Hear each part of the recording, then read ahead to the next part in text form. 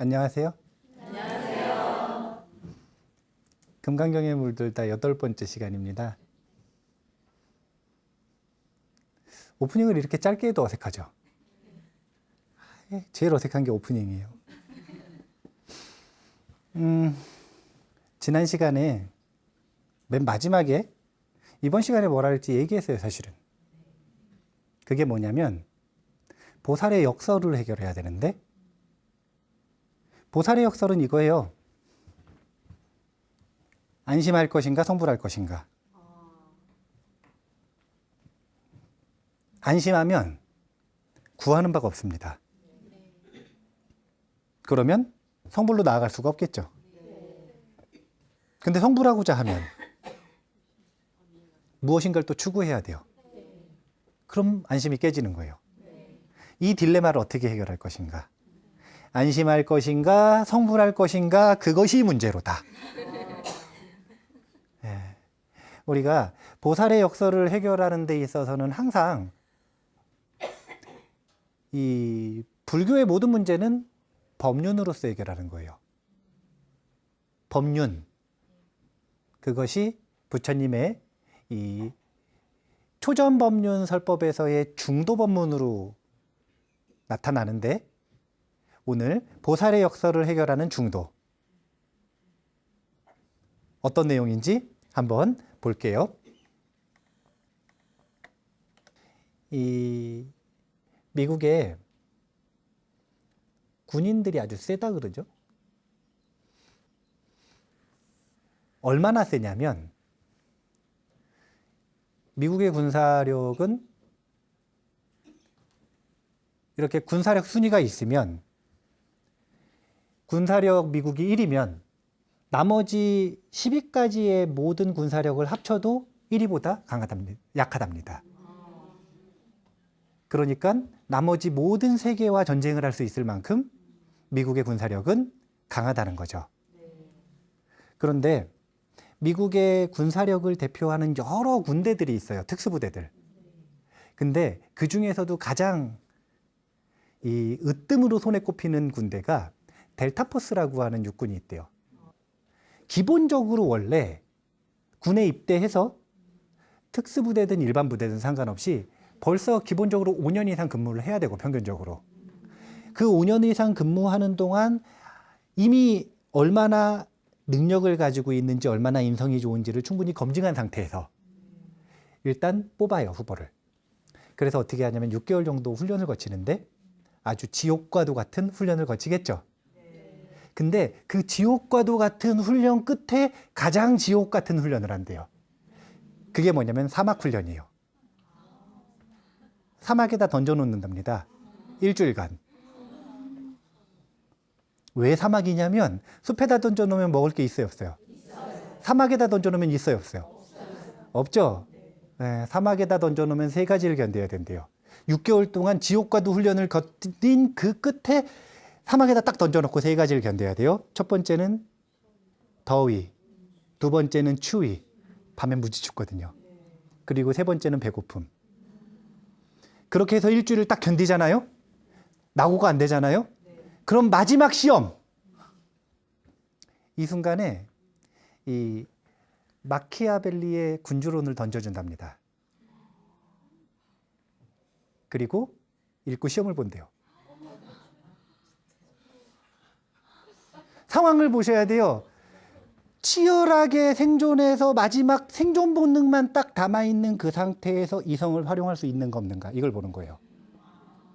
생존 본능만이 극대화돼서 예리하게 칼날같이 예리해졌을 때 그때 이성을 활용할 수 있느냐 없느냐, 이게 바로 역설이에요. 우리는 끊임없이 역설에 부딪힐 수밖에 없어요. 우리는 끊임없이 딜레마에 부딪힐 수밖에 없습니다. 이유는 되게 간단한데요. 사람은 눈먼 장님이라 그래요. 뭐에 눈 멀어 있느냐? 1초 뒤를 못 봐요. 1초 뒤를 못 봐요. 1초 뒤를 못 보기 때문에 딜레마와 역설이 있는 거예요. 1초 뒤를 볼 수 있다면 딜레마와 역설은 없어요. 이걸 선택하면 된다라는 확신이 있으니까. 하지만 중생은 1초 뒤를 못 보는 눈먼 장님이기 때문에 이 역설을 어떻게 감당하고 어떻게 해결해 나갈 것인가, 이것이 어떤 분야로 어떤 형태의 삶을 살아가든 끊임없이 우리에게 주어지는 질문이에요.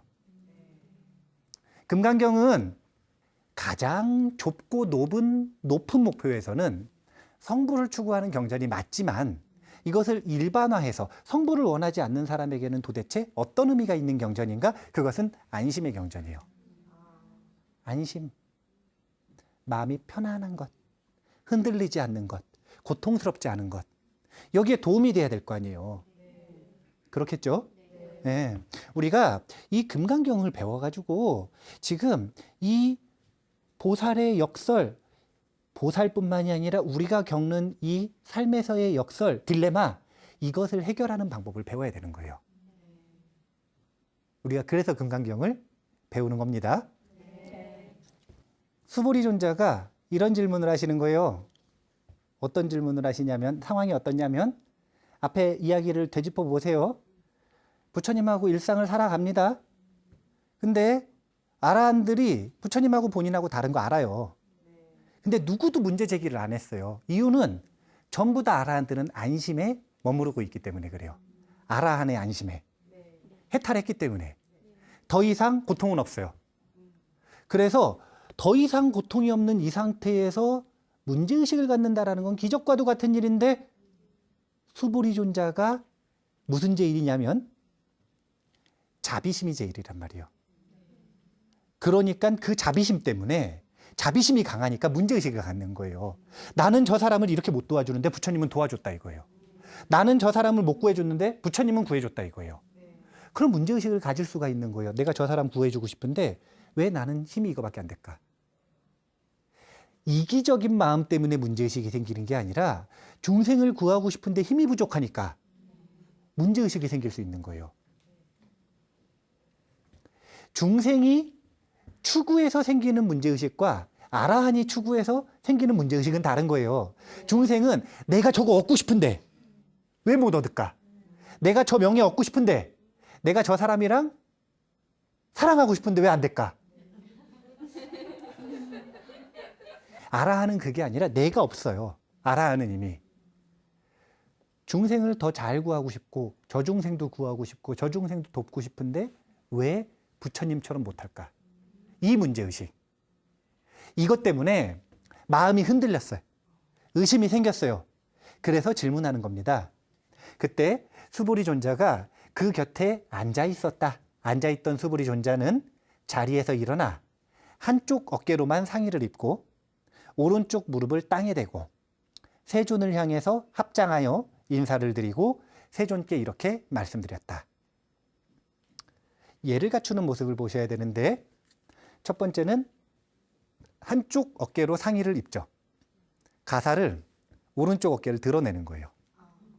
존경하는 이에게 예를 표시할 때는 오른쪽 어깨를 드러내는 겁니다. 왜 그럴까요? 무기가 없다라는 걸 보여주는 거예요. 무기를 숨기고 있지 않다라고 하는 걸 보여주는 거예요. 그것이 예법으로 자리를 잡은 겁니다. 그 다음에 오른쪽 무릎을 땅에 대고 어떻게 앉냐면은 이렇게 앉아요. 이렇게 오른쪽 무릎을 땅에 대고, 그리고서 오른쪽 어깨를 드러내고 합장하고, 그리고서 질문을 하는 거예요. 그래서 지금 몸 동작이 아주 공경스러워요, 안 공경스러워요? 그리고 이 합장해서 인사드리고 세존께 말씀을 드릴 때 이렇게 찬탄으로 시작을 하는 겁니다. 경이롭습니다, 세존이시여. 최고로 경이롭습니다, 선서시여. 열애, 아라한, 정등각에 의해 보살, 마하살들은 최상의 은총으로 감싸여 있습니다. 은총 나왔어요. 이제 번역하신 분이 이제 은총이라는 단어를 가져다 쓰셨는데, 이제 한문으로는 선호념입니다. 호념. 선호념. 그것을 은총으로 번역을 하셨어요. 경이롭습니다, 세존이시여. 열애 아라한 정등각에 의해 보살, 마하살들은 최상의 부촉으로 부촉되어 있습니다. 이게 선호념, 선부촉이에요. 구마라집 번역본에서는 선호념, 선부촉이라고 표현을 합니다. 그런데 세존이시여. 그 전까지는 예를 갖춘 거예요. 몸으로서 찬탄하고 마음으로 찬탄하고 입으로서도 찬탄을 한 거예요. 그리고 나서 질문합니다. 그런데 세존이시여, 보살승에 굳게 나아가는 선남자 선여인은 어떻게 머물러야 하고 어떻게 수행해야 하며 어떻게 마음을 조복받아야 합니까? 자, 이 질문은 보살들에게도 해당이 되고 보리심을 일으키지 않은, 무슨 뜻이냐면 성불하고 싶지 않은, 돈 벌고 싶은 사람, 명예 얻고 싶은 사람, 친구 새기고 싶은 사람, 남자친구, 여자친구랑 잘 되고 싶은 사람, 결혼하고 싶은 사람, 직장 되고 싶은 사람, 학교 붙고 싶은 사람 다 해당되는 거예요. 공부 잘하고 싶은 사람 다 해당되는 거. 원하는 게 있는 사람 전부 해당되는 거. 왜냐하면 이 질문에서 궁금해하는 건 분명히 보살승에 굳게 나아가는 선남자 선여인으로 제한을 두지만 질문만 딱 바꿔보세요. 공부를 잘하고 싶은 학생은 어떻게 머물러야 하고 어떻게 수행해야 하며 어떻게 마음을 조복받아야 합니까? 똑같이 해당이 되는 거라니까요. 주수 단의 문제라고 표현을 합니다. 어떤 의식, 어떤 마음에 머무를 것인가? 어떻게 거기에 머무르기 위해 수행할 것인가? 그리고 여기에 마음을 머무르는데 생기는 의심과 저항들을 어떻게 끊어버릴 것인가? 주와 수와 단의 문제. 다시 앞으로 가면 이제 특이한 게 구마라집 스님 본에는요. 어떻게 머물러야 하고 어떻게 조복받아야 합니까만 번역을 했어요.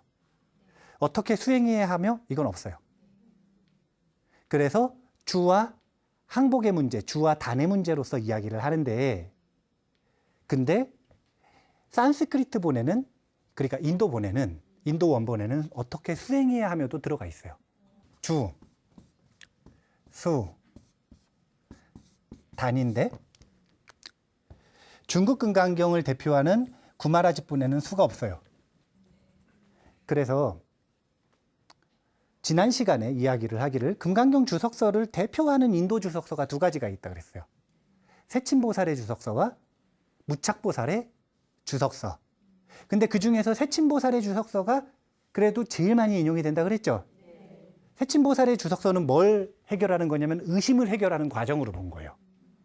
금강경이라고 하는 건 수부리존자가 27번 의심을 일으킨다 이거예요. 그럼 부처님은 27번 의심을 끊어준다 이거예요.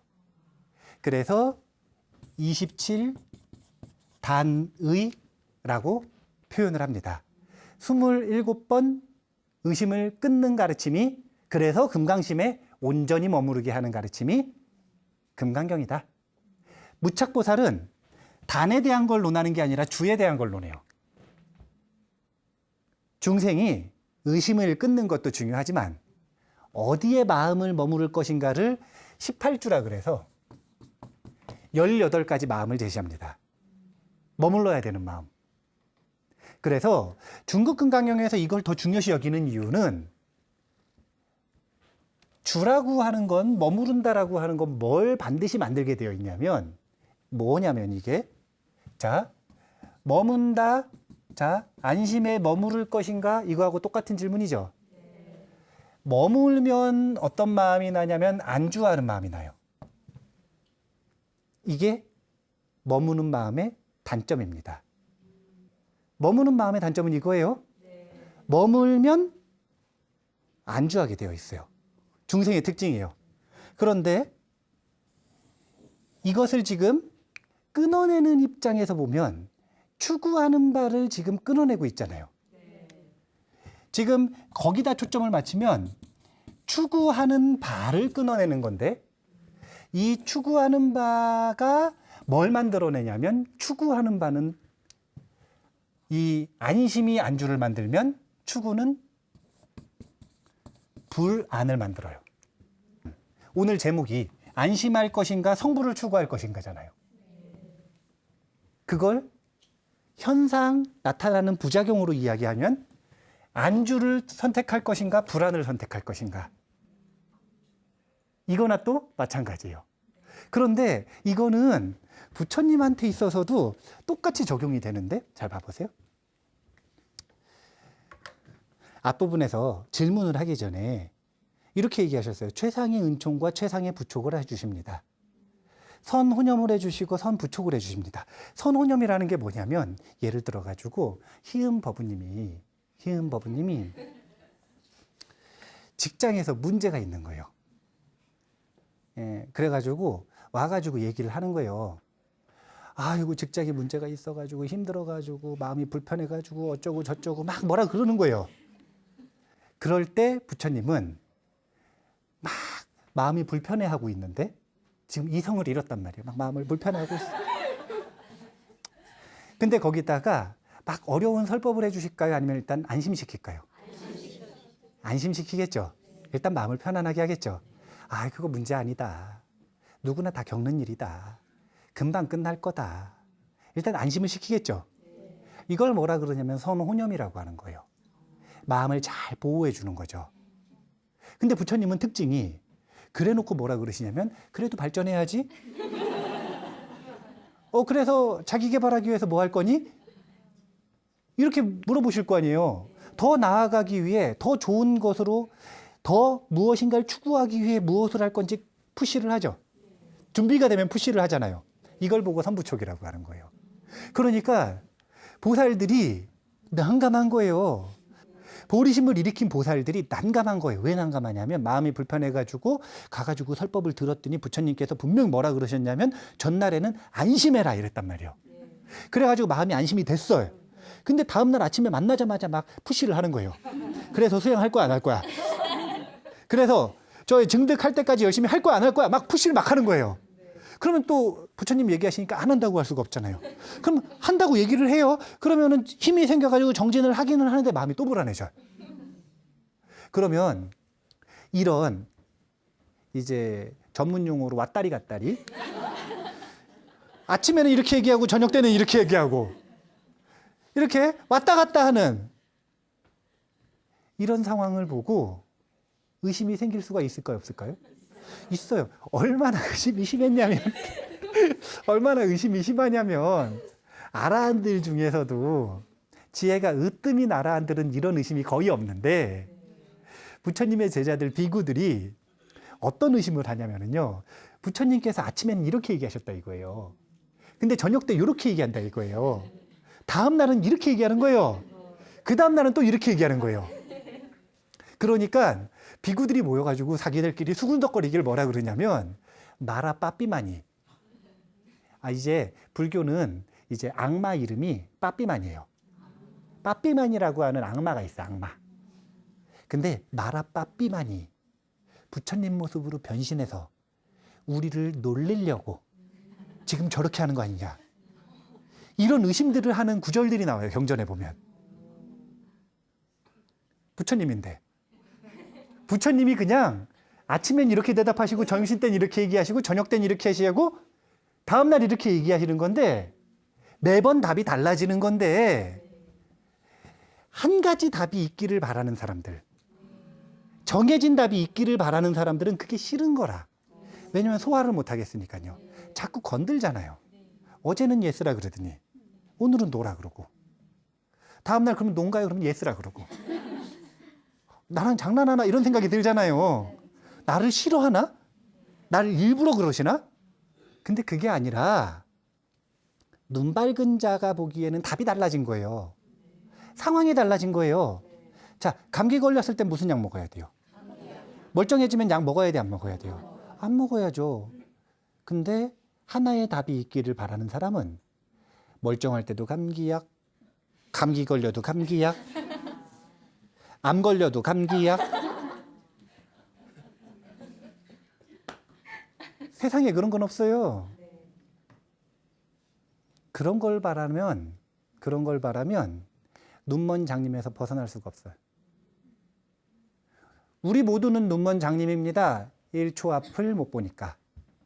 그런데 이 눈먼 장님 상태에서 벗어나기 위해 추구하는 방식이 두 가지 방식이 있다 이거예요. 첫 번째는 절대적인 답이 있다라고 전제해서 절대적인 답을 찾는 사람들. 이게 서양 문화예요. 전제가 틀린 거예요. 전제가. 그래서 절대적인 진리, 이데아, 신을 찾는 거예요. 절대적인 진리를 이데아라고 이름을 했고요. 이데아가 이 중세 시작할 때 이름을 신으로 바꾼 거예요. 왜? 있다고 생각을 하니까. 불교는 이것과 정반대예요. 절대적인 진리는 없다. 절대적인 진리는 없다. 그러면 뭐가 있느냐? 그 순간 매 순간 적절함이 달라지는 진리는 있다 이거예요. 그걸 보고 중도라고 하는 겁니다. 무주, 무상, 보시. 이게 바로 금강경의 수행 방법이에요. 무주, 상, 보시. 이게 금강경의 안심하는 방법입니다. 근데 그것이 세 수로 나누면 무주와 무상과 보시로 나뉜다는 거예요. 무주는 뭐에 대한 답이냐면 어디에 머무를 것입니까? 어떤 마음에 머물러야 되느냐 이거예요. 부처님은 아주 특별한 대답을 하시는 거예요.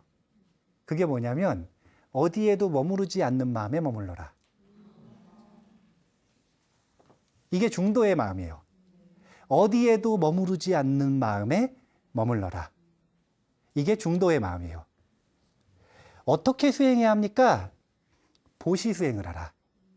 여기서 말하는 보시는 우리가 생각하는 이 보시가 아니라 그 보시를 포함한 육바라밀 수행 전체를 얘기합니다.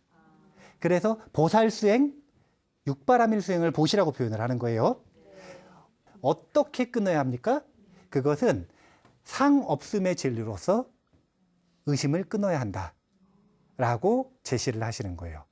그래서 맨 처음에 질문이 나오는데 그게 전체 32분을 꿰뚫는 대전제예요. 전체는 뭘 얘기하는 거냐면 부처님께서 주와 수와 단의 문제를 얘기하는 거예요.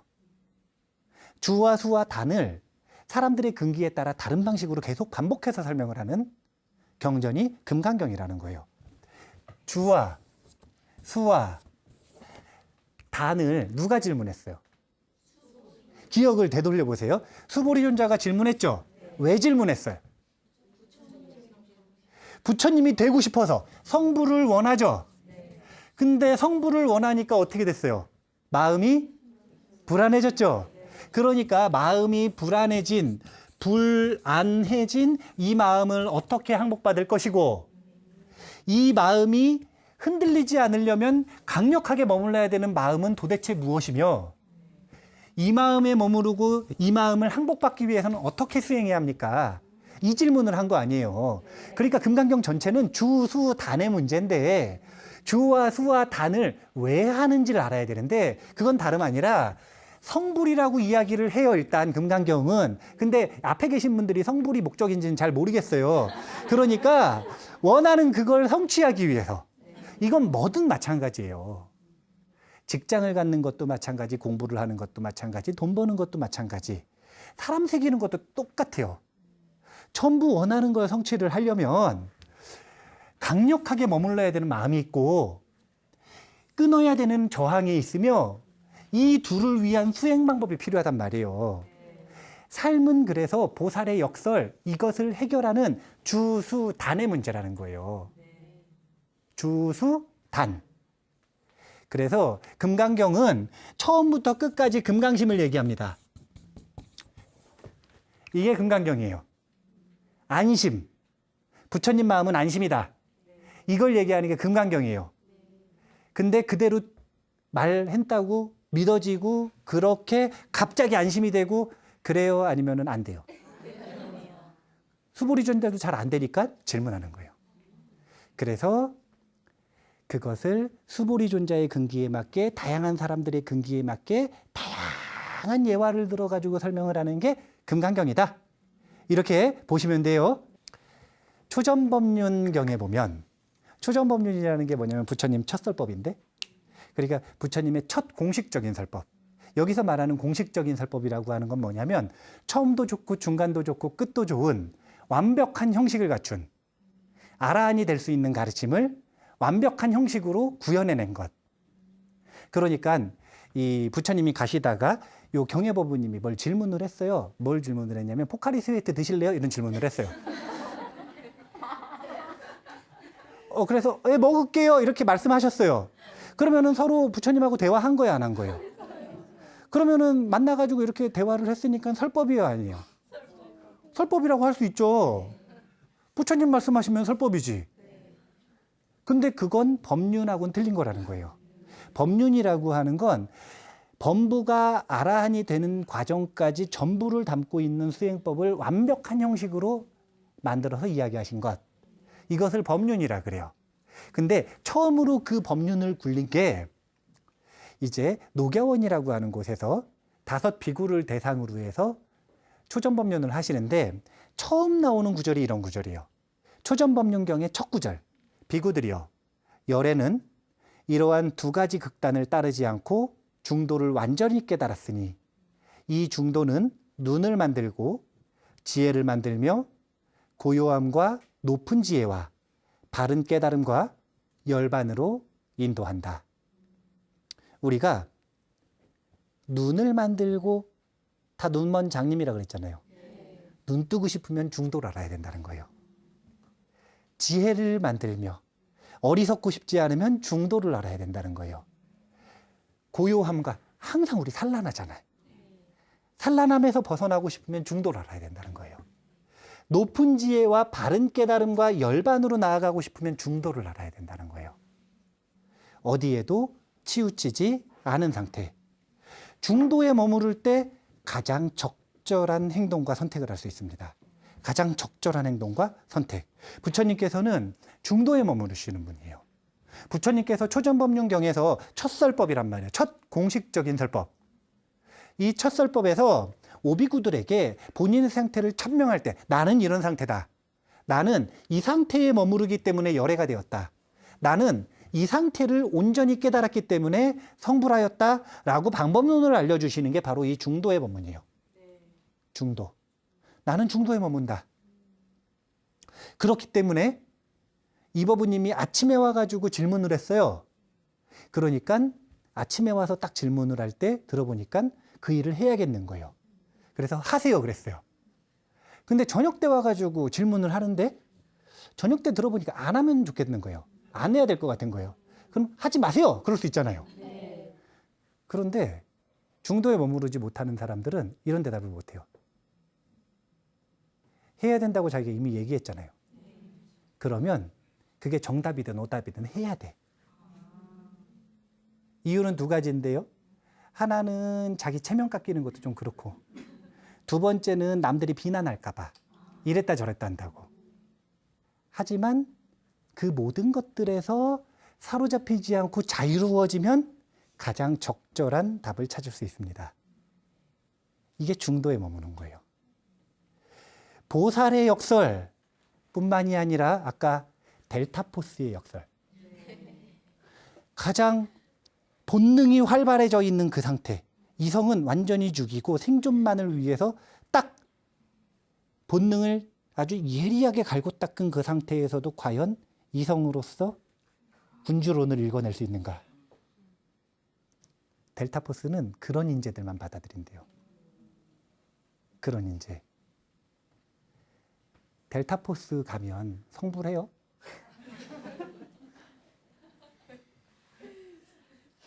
델타포스 가면 성불해요? 델타포스 간다고 성불도 못하는데도 그렇게 어려워. 그러면 성불하려고 하면 도대체 이 마음의 조율, 중도에 대해서 마음을 중도 상태에 머무르게 하는 데 있어서 얼마나 전문가가 되어야 성불하겠느냐 이거예요. 안심의 비결은 성불에 있는 거예요.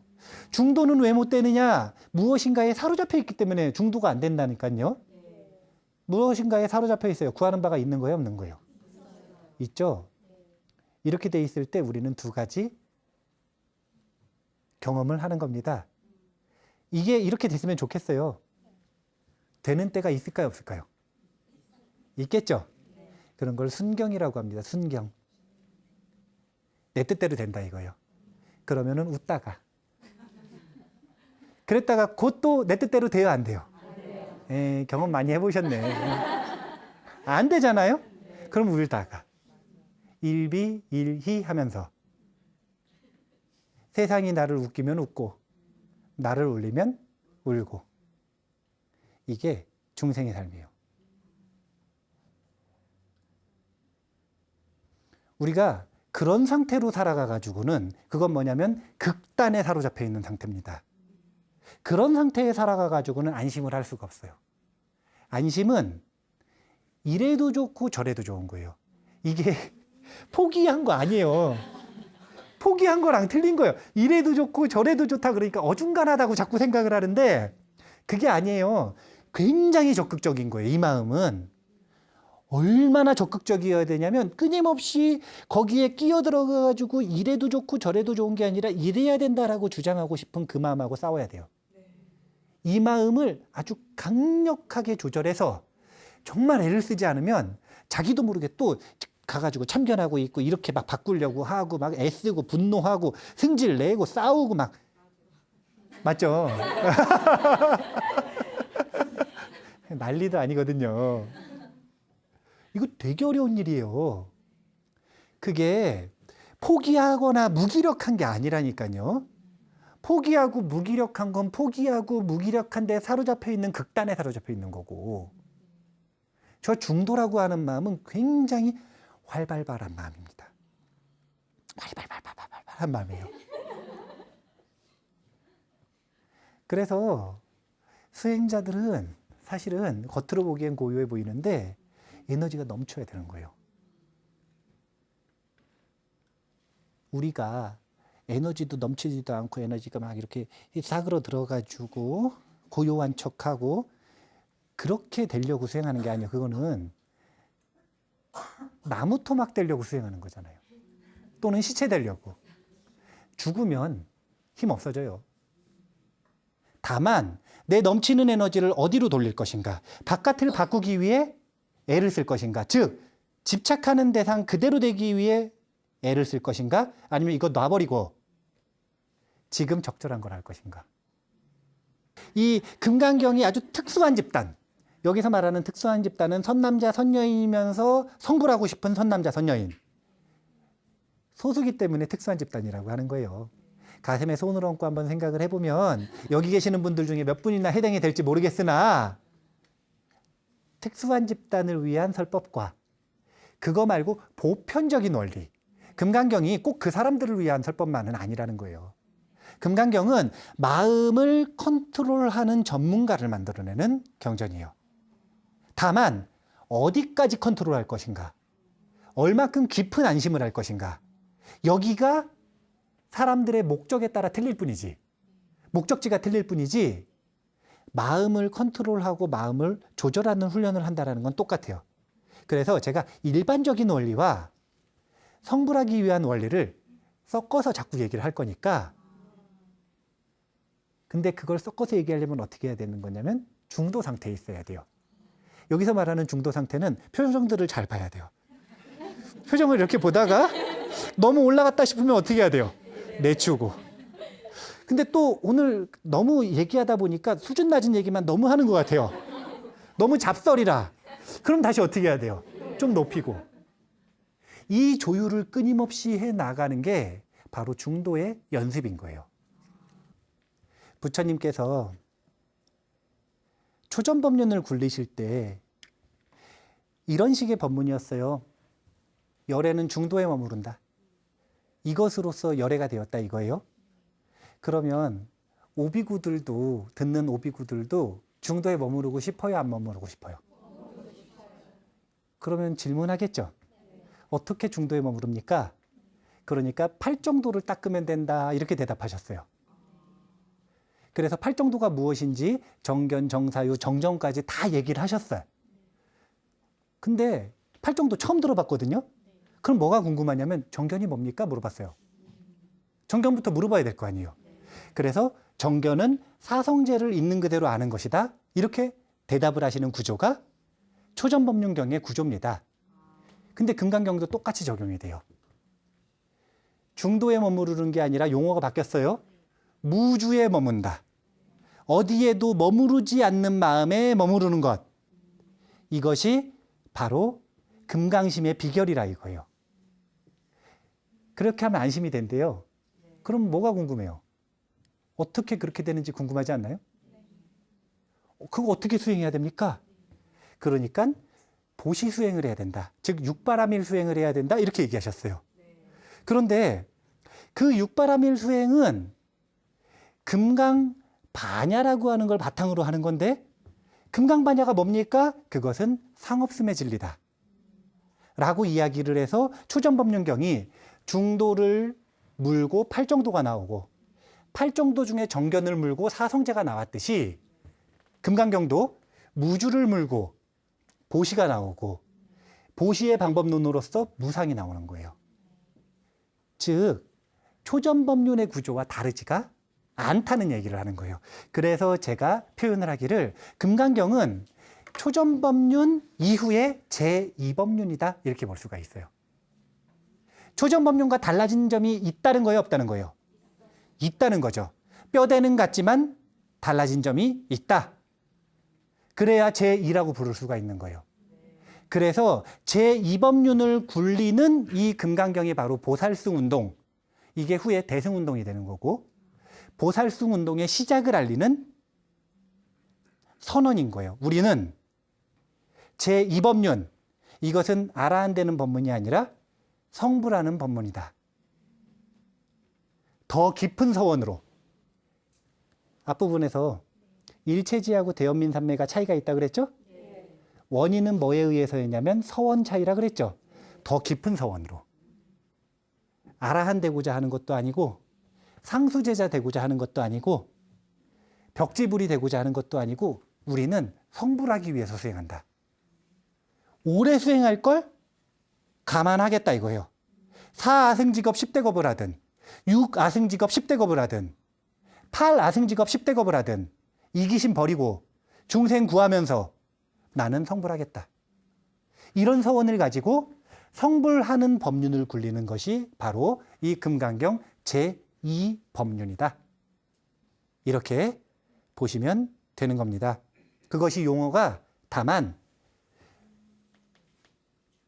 중도가 무주로 바뀌었고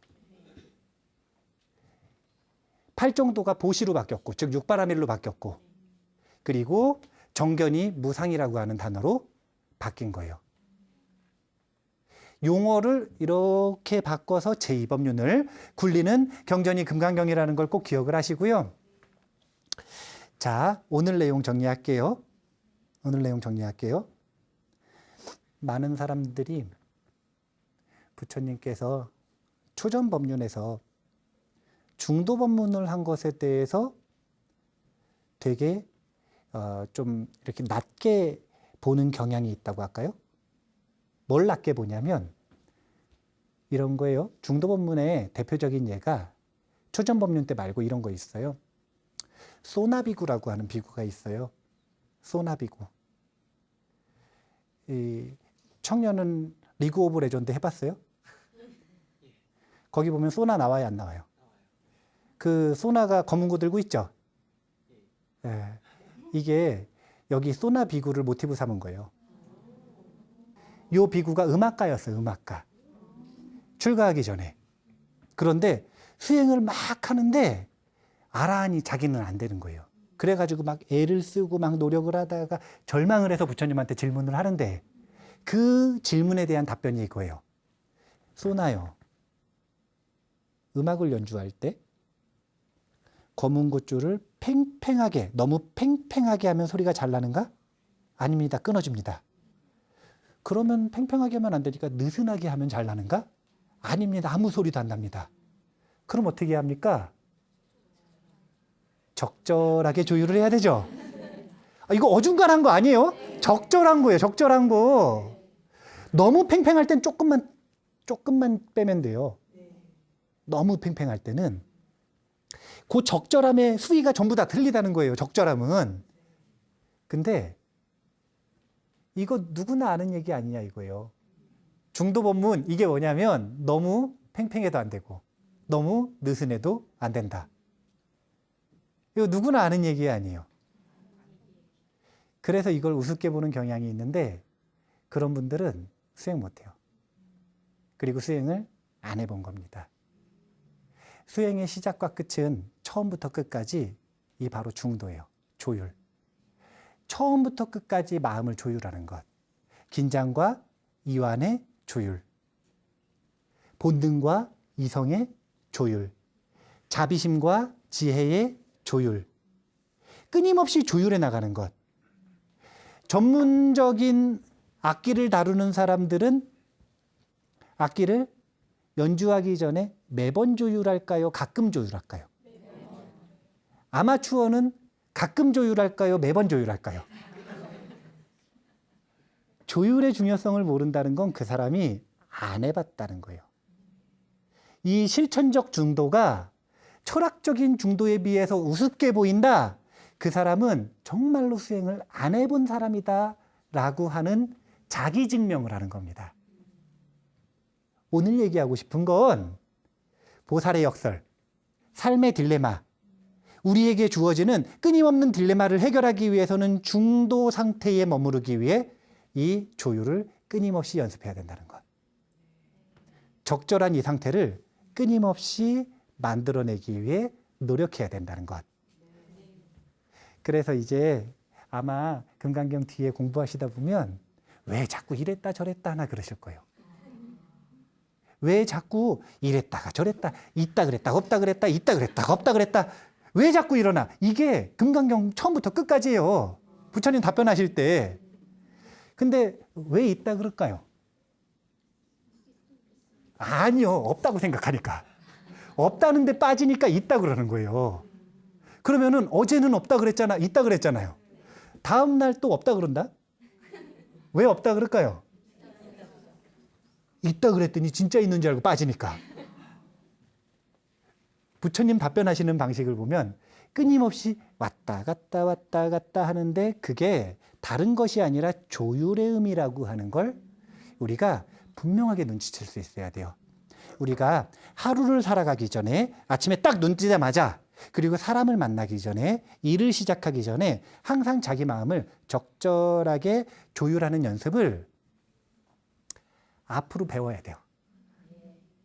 지금까지 하던 방식으로도 잘 하시고 더 나은 방식으로 조율하는 방법을 꼭 연습을 하셔서 중도의 적절한 상태. 이런 말 멋있지 않아요? 무주에 머무르다. 아무 것에도 머무르지 않는 상태에 머무르다.